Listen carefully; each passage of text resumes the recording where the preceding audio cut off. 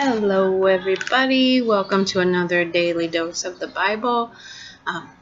We're working on Matthew still, and Jesus' ministry as he's going through, just went through the triumphant entry and the time when he went into the temple and chased out the money changers, and he's up there in their face in the temple, and he's telling the leaders of the law and the teachers who have been enforcing their man laws. He's telling them that they're doing the wrong thing. He's trying to set them straight and calling back the kingdom from them. So we will start on Matthew 22, the parable of the great feast. It's very dark right here. Just a second. It's a little better. Jesus also told them other parables. He said, "The kingdom of heaven will be illustrated by the story of a king who prepared a great wedding feast for his son. When the banquet was ready, he sent his servants to notify those who were invited, but they all refused to come. So he sent servants to tell them, 'The feast has been prepared. The bulls and fattened calves are killed, and everything is ready. Come to the banquet.' But the guests he invited ignored them and went on their way, one to his farm, another to his business. Others seized his messenger and insulted them and killed them. The king was furious. He sent out his army to destroy the murderers and burn their town. He said to the servants, 'The wedding feast is ready, and the guests I invited aren't worthy of the honor. Now go to the street corners and invite everyone you see.' So the servants brought in everyone they could find, good and bad alike, and the banquet hall was filled with guests. But when the king came in to meet the guests, he noticed a man who wasn't wearing the proper clothes for the wedding. 'Friend,' he asked, 'how is it that you are here at the wedding without wedding clothes?' But the man had no reply. Then the king said to his aides, 'Bind his hands and feet and throw him out into the utter darkness, where there will be weeping and gnashing of teeth. For many are called, but few are chosen.'" So this, I don't know, this is an interesting story about, well, the king obviously is God, and he's preparing the feast for his son. That great wedding feast as we all meet together in the sky. And I guess I always kind of thought the people that he had invited were the Israelites, and they were just too busy to listen, and they didn't hear, and so eventually he had to go ahead and invite Gentiles. That's kind of how the story goes of the gospel, and how Jesus at first just wanted to preach to the Israelites, and eventually I think it was Peter who had this vision that the gospel was also for not just the Israelites, but also the Gentiles. And so this is about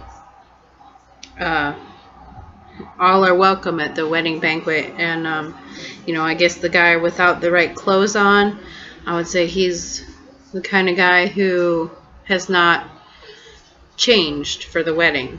He hasn't changed his clothes, perhaps his focus, way of life, his heart is not surrendered to Christ, or he's not following God at that time.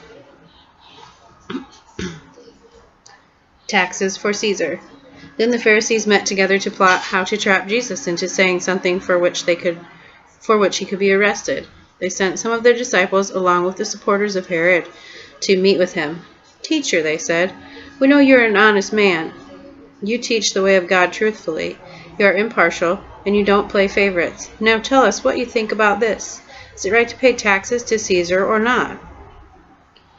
But Jesus knew their evil motives. "You hypocrites," he said, "why are you trying to trap me? Here then, show me a coin used for the tax." When they handed him a Roman coin, he asked, "Whose picture and title are stamped on it?" "Caesar's," they replied. "Well then," he said, "give to Caesar what belongs to Caesar, and give to God what belongs to God." His reply amazed them, and they went away. And they had no reason to arrest him, and that was their great hope for that time, was they're just trying to corner him into saying something that they can call blasphemous enough or, heretic enough to haul him in and stamp some charges on him. They just don't want to give up their power and authority, and they see it slipping out of their hands with this new message that Jesus has of love for all, and he just cares about all the people, not even, not just the ones who pay their taxes or pay their temple fees or whatever. He's for everyone. So they just can't really handle that. Discussion about resurrection.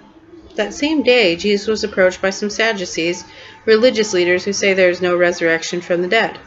They posed this question: "Teacher, Moses said if a man dies without children, his brother should marry the widow and have a child who will carry on the brother's name. Well, suppose there were 7 brothers. The oldest one married and then died without children, so his brother married the widow, but the second brother also died, and the third brother married her. This continued with all 7 of them. Last of all, the woman died. So tell us, whose wife will she be in the resurrection? For all 7 were married to her." Jesus replied, "Your mistake is that you don't know the Scriptures, and you don't know the power of God. For when the dead rise, they will neither marry nor be given into marriage. In the respect, they will be like the angels in heaven. But now, as to whether there will be a resurrection of the dead, haven't you ever read about this in the Scriptures? Long after Abraham, Isaac, and Jacob died, God said, 'I am the God of Abraham, the God of Isaac, the God of Jacob.' So he's the God of living, not the dead." When the crowds heard him, they were amazed at his astounding teaching. And that is a pretty neat line, that he turns back around on them. Haven't you ever heard that he's long after Abraham, Isaac, and Jacob were dead, he said he was their God, and to get the Pharisees Sadducees to not, to understand what he's talking about. Obviously, God's not going to say he's the God of the dead. He's the God of the living. So here they are trying to catch him up again in a goofy little riddle, some kind of word problem, and hoping that he'll say something that lets them arrest him or lets them, put some words in his mouth, and he just sails on through nicely without being caught up. The most important commandment. But when the Pharisees heard that he had silenced the Sadducees with this reply, they met together to question him again. One of them, an expert in the religious law, tried to trap him with this question: "Teacher, which is the most important law of Moses?" Jesus replied, "You must love the Lord your God with all your heart, all your soul, and all your mind. This is the first and greatest commandment. A second is equally important. Love your neighbor as yourself. The entire law and all these commands of the prophets and all the demands of the prophets are based on these 2 commandments." And that's just the golden rule. We say it a lot, do unto others as you would have done to you. Love your neighbor as yourself. That is of equal importance, but certainly, loving God with all your heart, soul, and mind, that is very important. It helps you to love your neighbor. If you don't love God, then there might be reasons not to love your neighbor. But if you love God with all your heart, soul, and mind, you're going to see the things that God loves in other people in the world. And he'll help you to turn your focus to different things. And make it easier to love those neighbors that aren't so lovable sometimes. Whose son is the Messiah? Then, surrounded by the Pharisees, Jesus asked them a question. What do you think about the Messiah? Whose son is he? They replied, He is the son of David. Jesus responded, Then why does David, speaking under the inspiration of the Spirit, call the Messiah my Lord?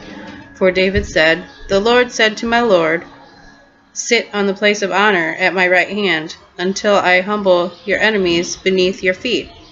Since David called the Messiah my Lord, how can he be the Messiah? How can the Messiah be his son? No one could answer him, for after that, no one dared to ask any more questions. And that's how he usually leaves them, speechless.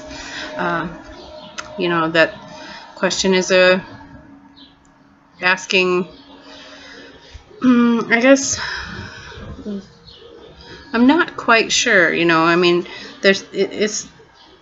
Jesus is saying, well, it doesn't have to be David's direct son. It's a descendant of David, but he doesn't have to be directly his son. It doesn't have to be Solomon or whatever David's other sons were named.